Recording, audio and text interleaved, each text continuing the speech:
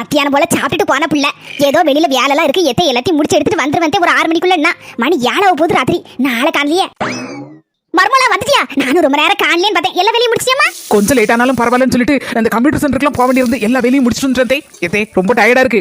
மத்தியானம் அதான் கூட கொஞ்சம் சோறு வச்சுட்டு போனேன். மீன் கறியும் நிறைய வச்சுட்டு போனேன். எல்லாத்தையும் வச்சு நைட்டு சமாளிச்சுக்கிடுவோம். மர்மலா தப்பா நினைச்சுக்கிடாத.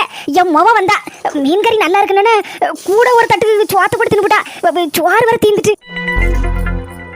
தின்னுமுட்டா இருக்க மாட்டா. இனி அதையும் இதையும் எப்ப செஞ்சு முடிச்சு எப்ப தின்னு எப்ப நான் தூங்க எவ்வளவு டயர்டா இருக்கு எனக்கு.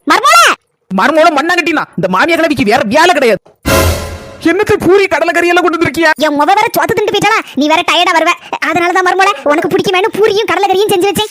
ஒரு நிமிஷம் உங்களை தப்பா நினைச்சிட்டேன். மன்னிச்சிருங்க. ஐயா இருக்கவே அழுவாளா? என் பிள்ளை வர நீ வேறையா மர்மோள? 2 பேரும் எனக்கு 2 கண்ணு மாதிரிதான். என்ன சூடா இருக்கு தின்னு மர்மோள ஆறிட போகுது. நம்ம வீட்டுக்கு வந்துட்டா நம்ம முக மாதிரிதான்.